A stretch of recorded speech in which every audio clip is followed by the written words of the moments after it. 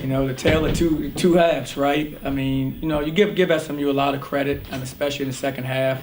You know, they forced us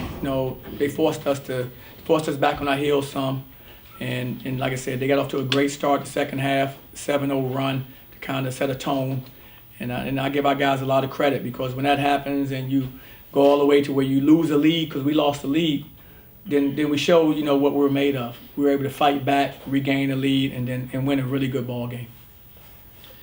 That second half, what did you say to the guys once they made the 7-0 run and then they got ahead? What did you not like about your guys' performance in the second half? Well, I think we had gotten away from the game plan. You know, they had gotten a couple 3-point shots off. Mike started the second half with a 3, and I mean he's too good a player. He's one of the best players in our league. You don't want to let him see the ball go in and get going. So we were trying to contain him, which we know is hard, of course.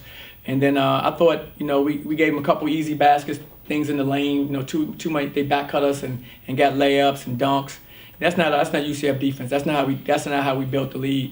You know, on our end, you know, we missed a layup, missed a few shots that were open, and that kind of contributed to the overall run they had as well. Let's go back to the start. What worked so well for this team? Why was it playing so well? Well, I think it started on the defensive end. I think we came out with an aggressiveness. I think we came out, we were alert, focused. And offensively, I thought we were hitting on all cylinders too offensively. I thought we moved the basketball, we shared it, all the things we talked about, been working on before this game. You know, started to see all those things come together for us. And I think that's why it led to such a good first half. That first half defense initially right out of the gate too, like the 3-quarter court press, the half-court traps. That was really successful. I mean, just talk about how successful it was. No, it really was. You know, I thought our guys were active in it. You know, we had a lot of energy, and that's what we want to see. I mean, like I said, it's March. You know, don't leave anything in the tank. You know, you want to go out empty, and that's what we want to go out on empty. And so all the guys went out there. No one paced themselves, and they really played as hard as they could. How is your team able to pick itself up after blowing the lead to still finish strong? You know, that shows a lot of character. I mean, we've been in these situations so much this year. It's good to see us kind of overcome one of those situations and come out on the positive side. And we needed that. That's what you need for growth. You need to be in those situations and win them, because then that carries you a long way. You feel confident about being in them. And so today was a big day for us as we head down the stretch of our season with one more home game and then our tournament. To win a game like that before we get there, I think is good. Colin mentioned complacency. Were you concerned about that at the half? What was your message to them when you had such a big lead? No, we weren't talking complacent at all at halftime. You know, we were really staying locked in, you know, keeping our guys fired up, keeping our energy up, knowing that they're going to make a run. It's basketball. You know, they're a good basketball team. They're not going to just lay down for you. So you got to keep your foot on the gas pedal. You got to keep going 100%.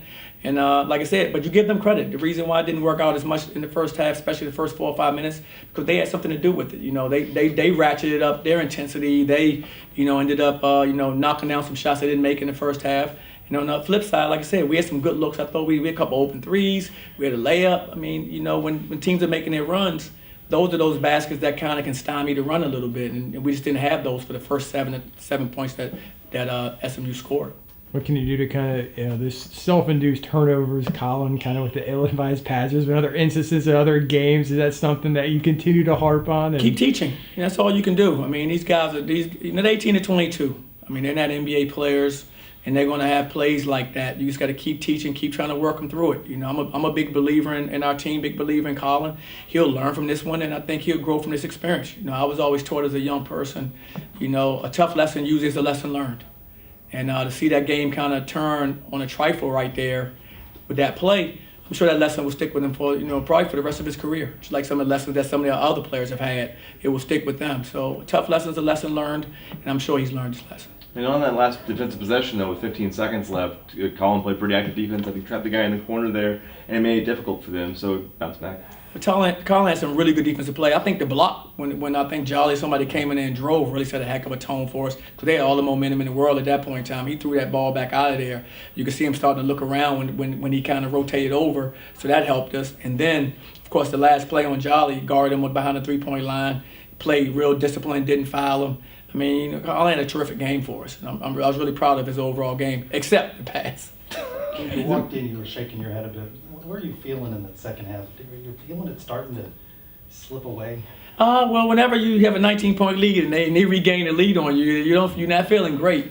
But the thing I liked, and I knew we still had, a lot in us, was the fact that looking at the score, looking at the time, I felt fine. I mean, when have we not been in games like that?